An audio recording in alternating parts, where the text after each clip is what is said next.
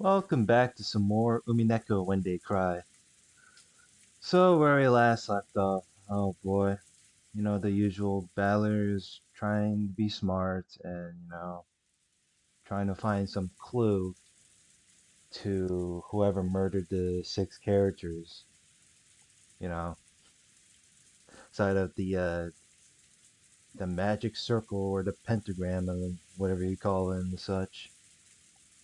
I think yeah, I think most of them in the parlor were trying to figure it out, and Maria just went totally different, you know, made a very creepy smile on her face. So it was like she's like, "Man, you guys are fucking retards."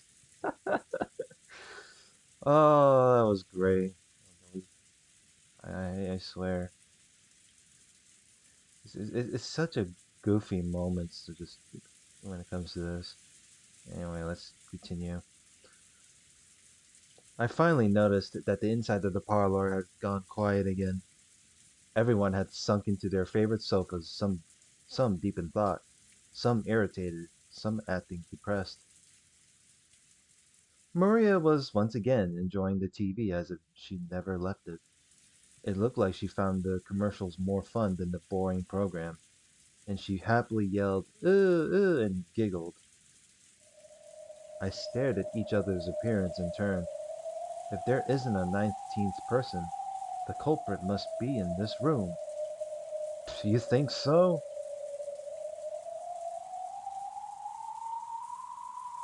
Eva and Hideyoshi, Jessica and George, Nanjo, then there's Maria. Just just he's just observing everyone.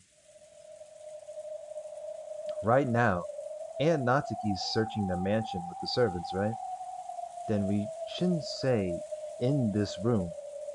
In this mansion is where the culprit has to be. After all, there was also the possibility that Aunt Natsuki was behind this, and we still can't deny that one of the servants might be the killer. Anyone could be guilty. Still, Aunt Natsuki and the rest sure are taking their time. Of course, it's not a small mansion, but isn't this taking a little too long just to walk around checking the windows and doors? Just as I was thinking this, Aunt Natsuki and the rest returned. Not one of them was missing, but our relief was short-lived. Everyone looked at Aunt Natsuki in shock. Oh shit! The talk I'd had with Aunt Eva started to creep back into my mind. The possibility that the culprits had enough in numbers or weapons to kill all those six at once. 驚かせてしまいましたね。Oh shit! She has a gun with her. 万が一に備えて持ってきたものです。What the fuck, Natsuki? After all, that thing in Aunt Natsuki's hand was a rifle. At a glance, its silhouette looked a lot like a hunting gun, but it was unusually short and kind of looked like a kid-sized weapon. However, it had a weightiness to it that made it clear it was no kid's toy. Yeah, it's an actual gun! God damn it, Balor, you fucking dumb. ご存知でしたか？そうです。お父様の古いコレクションの中にあったことを思い出し、探し出してきました。Shit. Natsuki was able to find one of the firearms. ひゅーすっげえ夏日おばさんそれ本物なんすか Yeah, why don't you just test it out outside? ええ、本物です。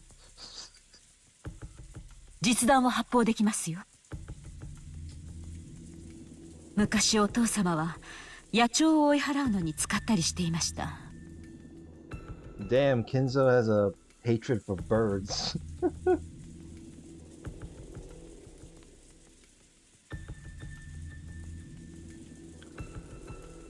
あら懐かしい。どこから出てきたんやら。私がいくら触らせてって言っても指一本触れさせてくれなかったやつよ。Eva, you're making it sound a little bit too suspicious there. へえ、じいさまこんなの持ってたんですか。知らなかったですよ。お父様は昔西部劇にどっぷり使ってたことがあってね。あの世代はこういうライフル銃が大好きなのよ。結構年季の入った銃のようですね。でもこんな短い仕様のは初めて見ました。Well, if it's that short, then she's gotta be holding a shotgun. Rifle. あ It's not like I'm some fucking expert here. あ、思い出したわ、その銃。懐かしいな。昔好きやった映画のガンマンが派手にぶっ放しとったやつだわ。お父さんも渋いな。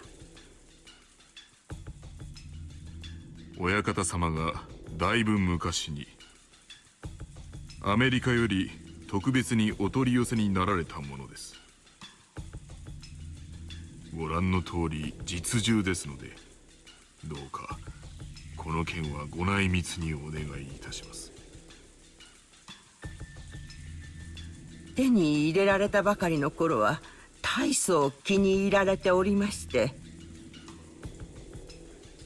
撃つより薬莢を出す動作が面白いらしくて、裏の森でいろいろとかっこつけて遊んでおられたもんですよ。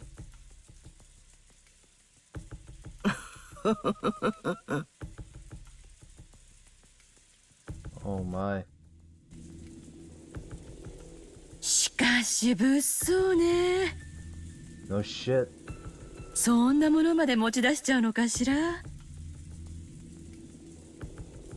万が一に備えてです。族はおそらく一人ではないでしょう。You think so? しかも主人たちを6人も殺した恐ろしい相手です。私には主人に代わって皆さんを明日まで守る義務がありますので。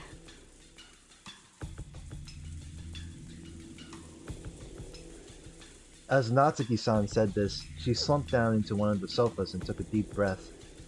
She had been trying to find grandfather, as well as check the doors and windows. Since grandfather wasn't with her, she probably still didn't know where he was. 屋敷内の戸締まりは厳重に確認してきました。ですが万が一ということもあります。みんななるべくここに一緒にいた方がいいでしょう。What, we're just gonna be cooped up in the parlor all day, all night? そうね。I'd be bored to death by ここに now. 全員が集まって相互監視をしている方が安心だわ。Yeah, I can bet we can just rotate our sleep schedules. それはどういう意味ですか、エヴァさん。別に夏日姉さんの意見に賛成しただけよ。There was a stormy atmosphere between the two of them. If you think about who was the most suspicious from the inheritance problem standpoint, Aunt Eva was the obvious answer. However, there was no proof that Aunt Natsuki was innocent. No, if you view Beatrice's letter as one of grandfather's complicated pranks and think of this crime as just an extension of that, there's more than enough reason to suspect even grandfather. Also, Aunt Natsuki thought the criminal was on the outside, but Aunt Eva thought the criminal was on the inside. In short, it was the question of whether or not a 19th person exists. That same question has been repeated endlessly since last night's dinner, with the letter from the witch, who called herself Beatrice. So was the culprit among us? Oh my god damn it, that I had a friend on Discord, like one of my gotcha friends, discuss this, the Among Us meme. I'm like, god damn it. For fuck's sake, dude.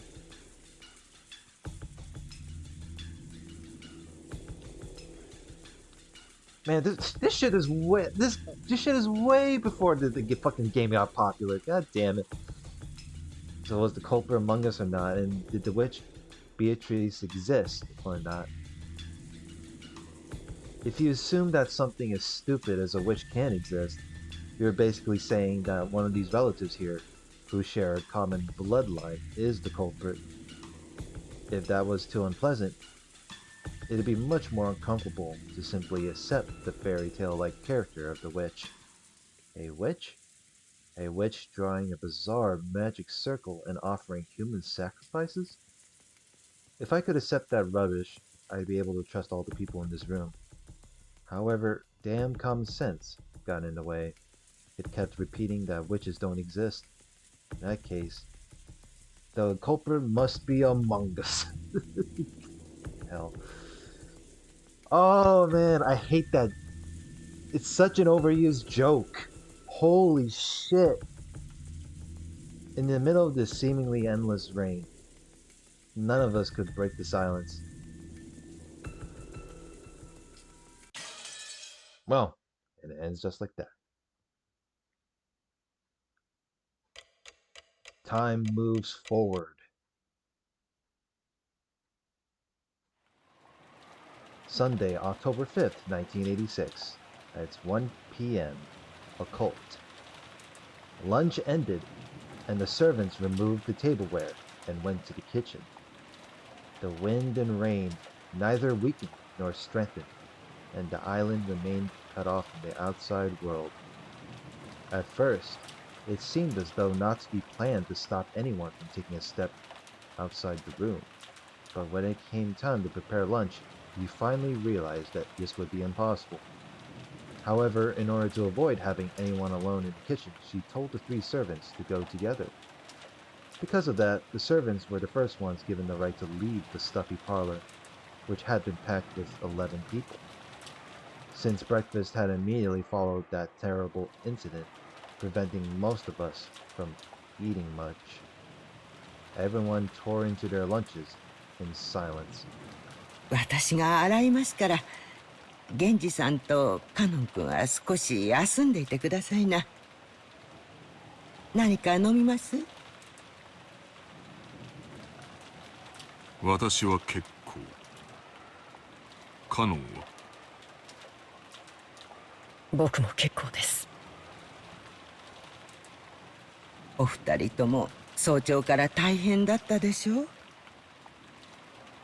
参ってしまうのも仕方ないことですよ。It's the you'll get used to it meme. The only noise was that of Kumasawa washing the dishes, which resounded throughout the kitchen. Genji and Kanon sat in some chairs a short distance away, their eyes lightly closed. Just as Kumasawa had said, those two had probably built up a great deal of fatigue. But that didn't mean they could let it show in front of the relatives. Avoiding that was one of their virtues. After the silence had continued for some time, Kanon opened his mouth and muttered, シャノン、どうしてあんなひどい死に方を。死に方のことは忘れなさい。ただ運がなかっただけだ。そうですね。ただ運がなかっただけです。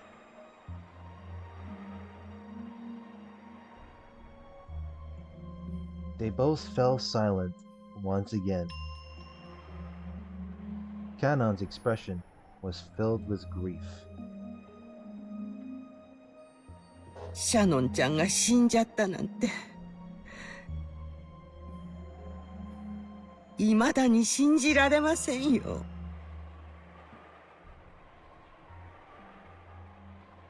本当にかわいそうに。もう会えないなんて嘘みたいですよ。もう一度あの子の笑顔が見たかったのに。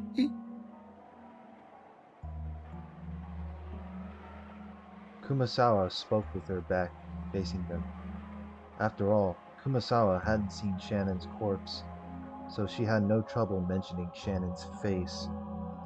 When Kanon heard those words, it reminded him again of how only half of Shannon's face had been left, and his grieving expression twisted even further. どうしてベアトリーチェ様はシャノンを。 That's a good question. 生贄が欲しかったなら他にも大勢いただろうに。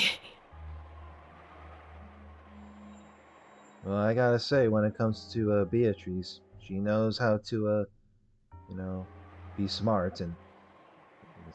I mean, who knows? She's a sadist as well. A sadistic one. どうしてどうして。ただ運が悪かっただけだ。 You just said that. 少しの運がたがえばシャノンの代わりにあそこに横たわっていたのは私だったのかもしれないし、お前だったのかもしれない。 That's easy for you to say. あるいは他の誰かだったのかもしれない。すべては運命だ。源氏様、奥様の部屋の扉に血のような跡がついていたとおっしゃっていましたね。シャッターに書かれていたのと同じもので。うん。君の悪い跡だった。まるで血のついた指でドアノブを引き抜こうとするかのような。いや、扉をかき破ろうとしたのか。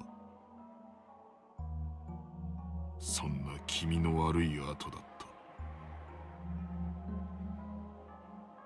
ベアトリーチェ様が奥様の部屋を訪れて、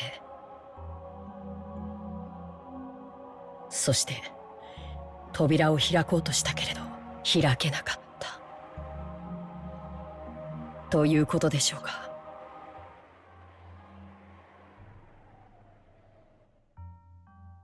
Genji thought back to the time he had seen those traces of blood on the door to Natsuki's room, with the substance sticking to the door around the doorknob, and the marks of something scratching against the door. It had definitely appeared as though someone had tried to open the door but couldn't. どうして奥様は生贄を免れたんだ。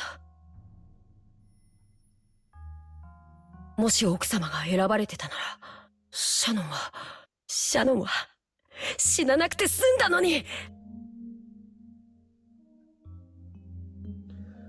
Well, I'm going to say this. So the previous parts where Jessica and Natsuki were having a conversation when Natsuki was just trying to want to be alone. So Jessica gave her Natsuki the good luck charm, and she hung it on the door and inside the room. So this was probably one of those reasons why. I'm just saying, like it should be obvious by now, you know? Like why? What kind of question would it be that?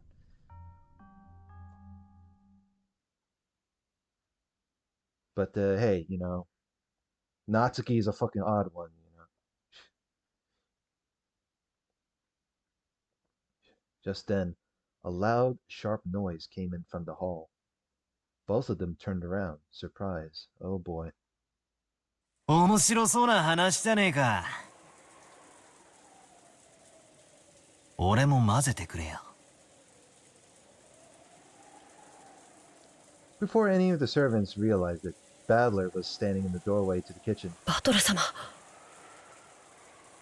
これは失礼いたしました。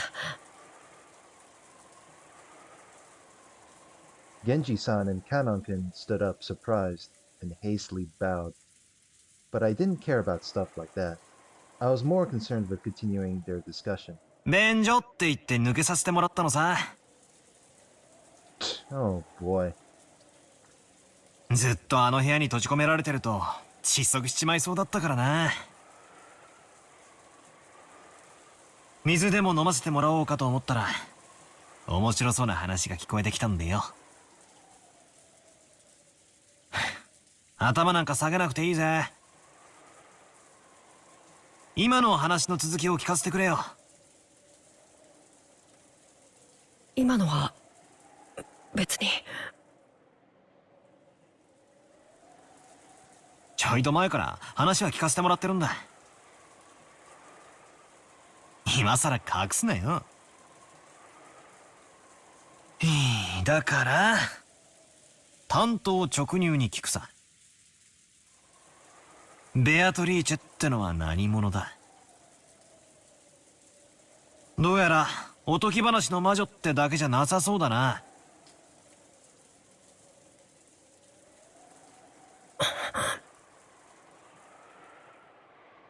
No words. Kanonkin averted his gaze. It was obvious that he didn't want to talk about this, which only made me want to ask even more. While making an effort to smile, I grabbed the collar of his shirt. 昨べまでなら俺は無関係さ。だがな、今朝からは違う。親父たちを殺された時点で俺は立派な関係者だ。俺にもそのうさんくさそうな話を聞かせてもらう資格があるはずだぜ。Well, Badler, you just said your dad's a piece of shit. Rudolph. I glared into Kanon's eyes as he continued to avert his gaze in apparent pain. Since there was a big difference in our heights, Kanon had to stand on his toes and it looked like it hurt a bit. バトラさん、手を離してやってくださいな。別にカノンさんは隠しているわけではないのです。じゃあ話してくれたっていいじゃねえか。仲間外れたら寂しいぜ。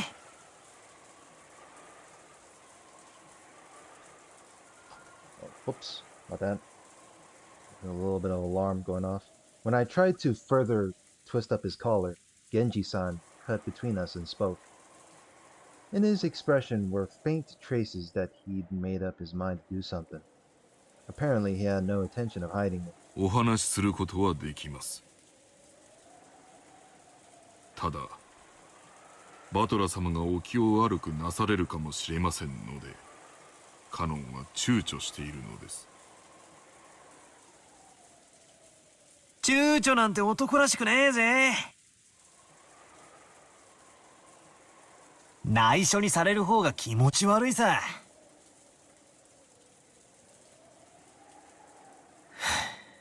聞かせてくれよ。どうせ明日までできることはないんだ。多少はうさんくさい話の方が退屈も紛れるってもんだぜ。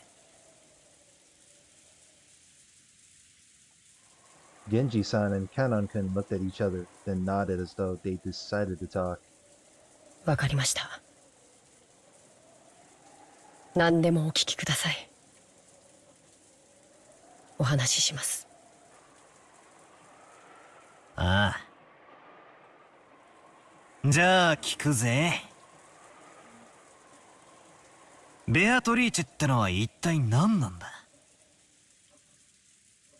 俺が知ってる限りでは露見島の森に住まう魔女ってことになってる。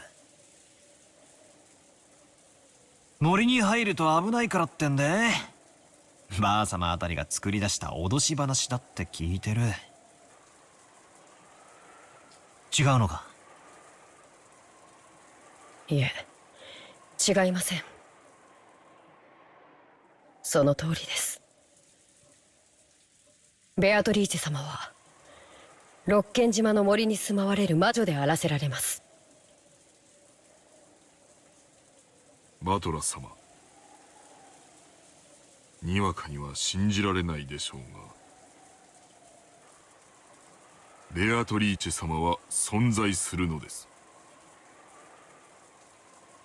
親方様に莫大な黄金を授け、長いことおそばにお仕えした実在する方なのです。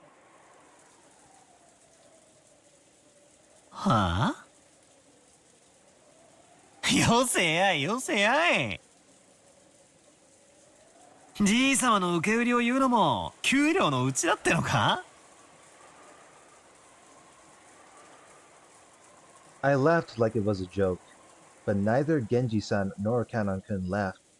Not even Kumasawa Bachan, who was avoiding my eyes, flustered as she started washing the dishes. So unfortunately, I was the only one laughing, painfully, bitterly. なるほど。源氏さんが断るだけはあるぜ。こいつは確かに正気じゃ気を悪くする。つまりベアトリーチェっていう名の人物は実在するんだな。はい。親方様がこの島にお屋敷を構える以前からずっとお仕えしている方でございます。おそらく私よりも長くお仕えしているでしょう。なんてこった。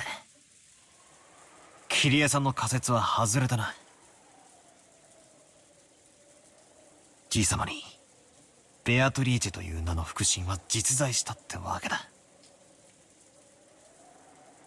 そいつは今この島にいるんだな。はい、いらっしゃっていると思います。What, you would think that the sparkling butterfly is like some sort of illusion? 曖昧な言い方だな。ってことは昨日今日そいつの顔を見たってわけじゃなさそうだな。はい、大変申し上げがたいのですが、そのKanon-kun once again dropped his gaze, avoiding my eyes. なんだよ、そこで切るなよ。寸止めみたいで気持ち悪いぜ。I urged him on jokingly again. However, it looked like Kanon was still confused as to whether he should speak or not. Then, Kumasawa Bachan whispered,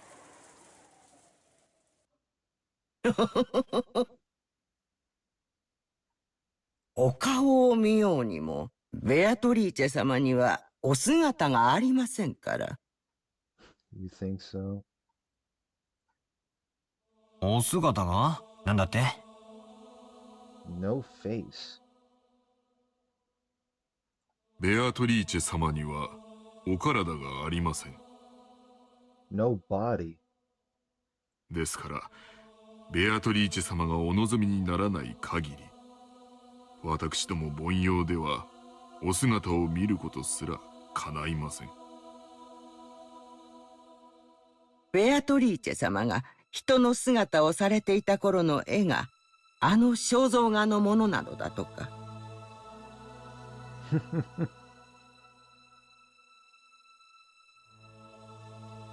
Amazing. そのお姿を懐かしみ、よく肖像画の前に佇まれているそうな。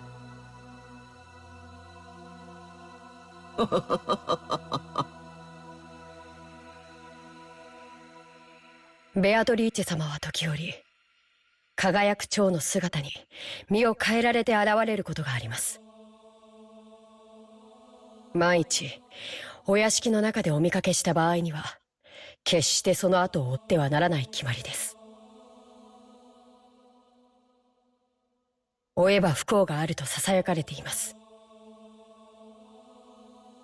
その禁を破り大怪我をして辞めた使用人も実際にいます。おいおい、マジかよ。あんたら、本気でそんな話をしているのかよ。バトラス様、すでにベアトリーチェ様がお越しになっておられます。そのようなお言葉はよろしくないかと思われます。Oh boy. Fucking battler, dude. Karma's. I hope. You know, it'll be so hilarious if Karma's gonna bite him in the ass. Karma is gonna bite him up the ass. Oh boy. ベアトリーチェ様はご自身を冒涜される方を好みません。その存在を疑えば必ずや不幸が降りかかるでしょう。バトラさん、気持ちの悪いお話とお思いでしょ。ですがね、ベアトリーチェ様はいるんですよ。います。それを疑われることをベアトリーチェ様はことのほか嫌われます。わかりませんか、バトラ様。ベアトリーチェ様は今すでにここにお越しになっております。おいおい、よせよ。俺、そういうのは弱いんだぜ。脅しっこなしにしろい。However, there was no trace of a joke in the eyes of the three servants. On the surface, I laughed and tried to look unconcerned, but I was quickly starting to sober up. Their eyes were also sobering up fast. バトラさん、お願いですから、ベアトリーチェ様を冒涜することはおやめください。悪いことは申し上げません。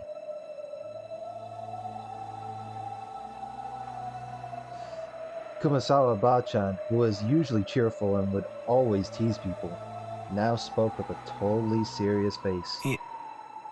いや、いるって言われてもよ。俺には何も見えないぜ。今、俺の隣にいるとでも言うのかよ。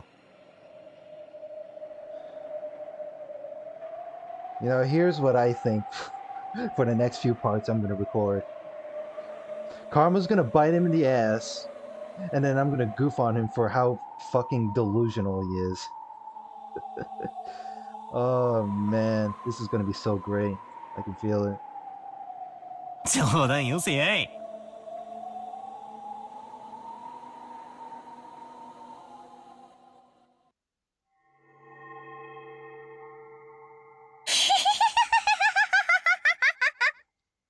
Shit. The evil laughter. Just then, that unnerving laugh suddenly filled the kitchen.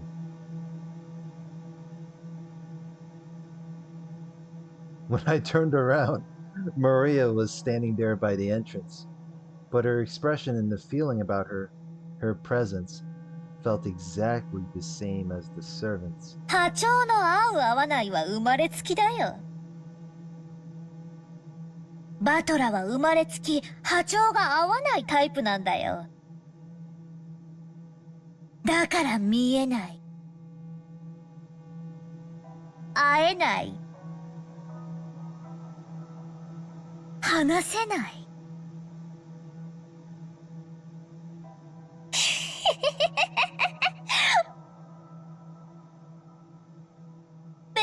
チェの一番嫌いなタイプだよ。Oh my goodness, Maria is just straight up calling him out. Maria laughed like it was funny, but it sounded extremely eerie. It was almost like she was laughing at me because I alone didn't understand. ベアトリーチェのことが知りたい？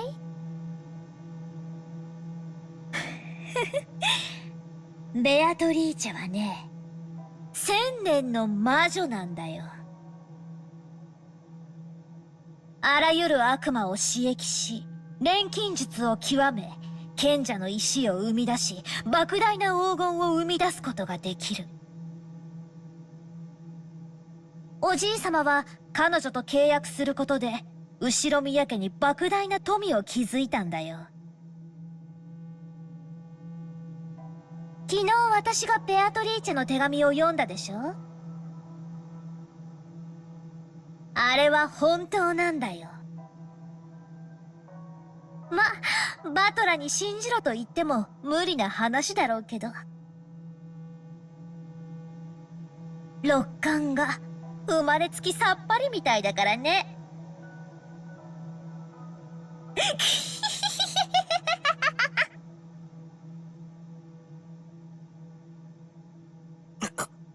なんだよそれ。Oh, I fucking knew it. Right when I'm about to say, well, I don't know if it's like few parts later. I guess few parts later, I'm sure Beatrice will show up and be like, Balor, you are a fucking retard. But hey, I guess Maria just shows up and be like, yeah, Balor, you're always gonna be so fucking delusional. 魔女？悪魔？そんなの誰に聞いたんだよ。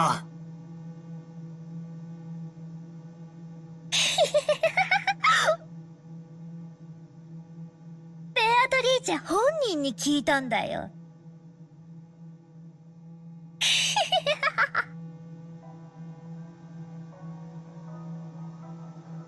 Maria kept doing that unpleasant laugh. However, the servants who watched over this didn't even blink. She heard it from that witch in the portrait adorning the entrance hall. Maria kept on laughing in a weird voice, as though this was nothing more or less than the truth. マリア、聞くだけ野暮だろうが、もう一回聞くぜ。昨日、マリアにあの手紙を渡したのは誰だ？ベアトリーチェにもらったって何度言えばわかるかな？わかんないよね。見えないんだもんね。信じられないもんね。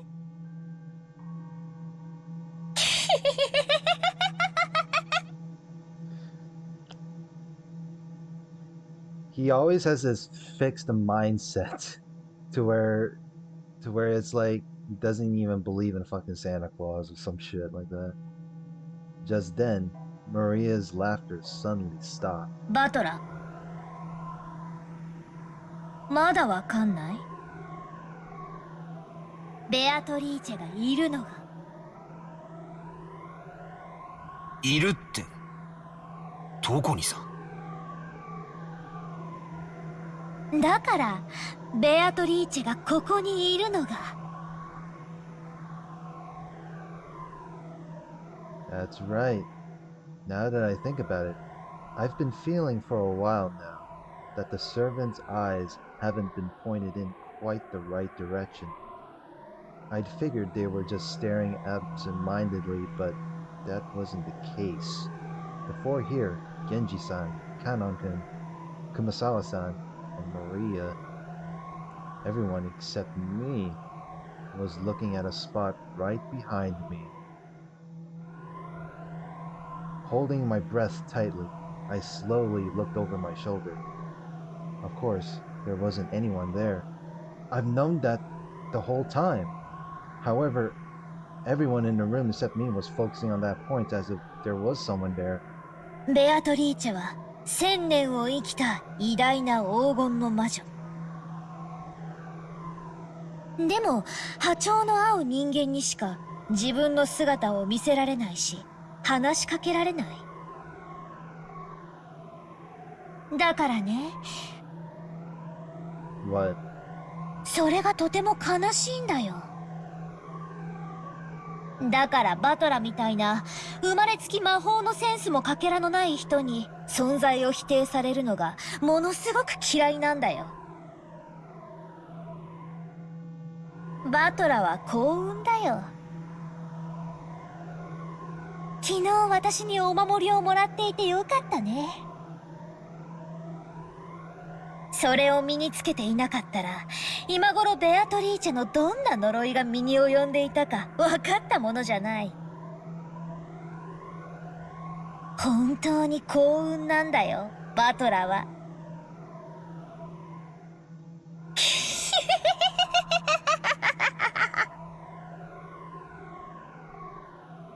What a meme of a face. ああ、あのサソリのキーホルダーかよ。あれって安っぽい景品か何かだと思ってたんだが、ちとはご利益あったってことなのか？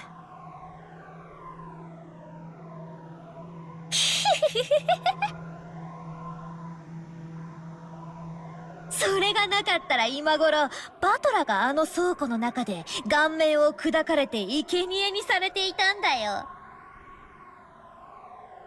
幸運だったよ、バトラは。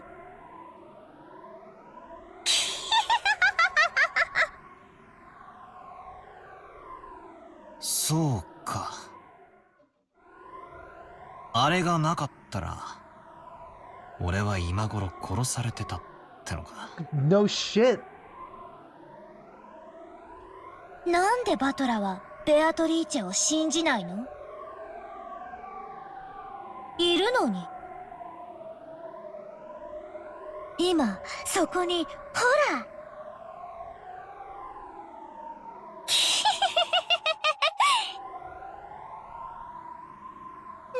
信じる気になったでしょ？信じなよ。マリアにお守りをもらったことを感謝しながら。あれがなければバトラは今頃倉庫の中。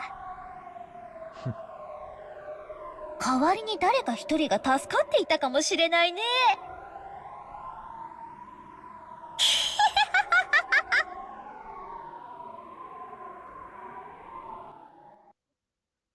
Pff. Right then, I burst into laughter. Playing witches had been pretty fun up until a second ago, but unfortunately, that last one seemed to be too much for me to gloss over.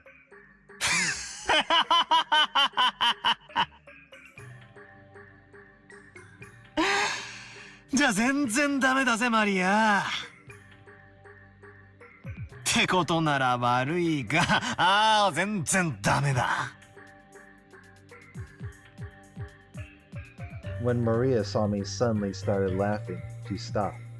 Even though she didn't understand what I was laughing at, she realized it wouldn't be pleasant for her. Maria's like, what? お前が傷つくだろうと思ったから、俺黙ってたけどよ。お前にもらったお守りよ。俺、ポケットに入れたつもりだったんだけどよ。どっかに落っことしちまったんだぜ。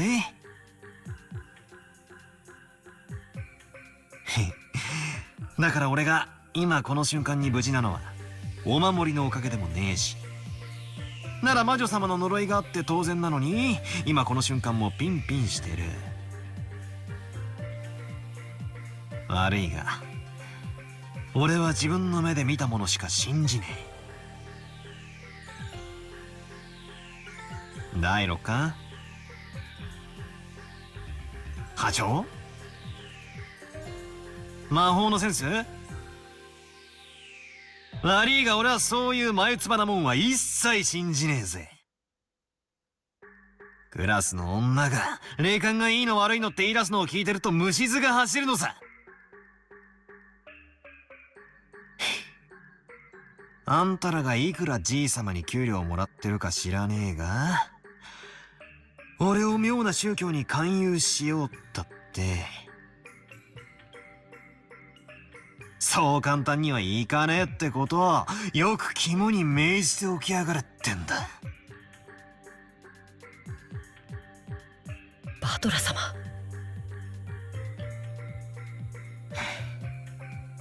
カノン君たちが信じるのは自由だぜ。だが俺が信じるかどうかは常に俺が自分で決める。悪いがこの目で見るまでベアトリーチェなんてうさんくさいものの存在を信じるわけにはいかないぜ。I see that the main protag has a big ego. I spoke forcefully and sharply. Then Maria started cackling again.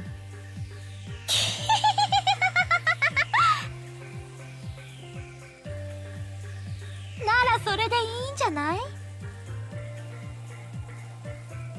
いずれお前のような波長が全然合わない人の目にもベアトリーチェは見えるようになる。もうじき蘇るんだよ、ベアトリーチェはね。そうしたら一緒にいっぱいお話をしたり遊んだりしようって約束してるんだよ。疑う必要も無理に信じる必要も全くない。現れるんだよ、もうじきね。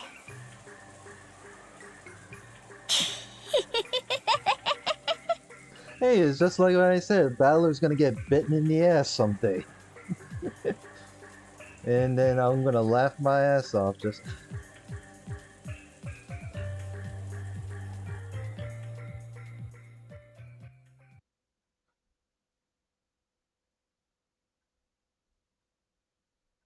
Hello? Okay. Oh, shit.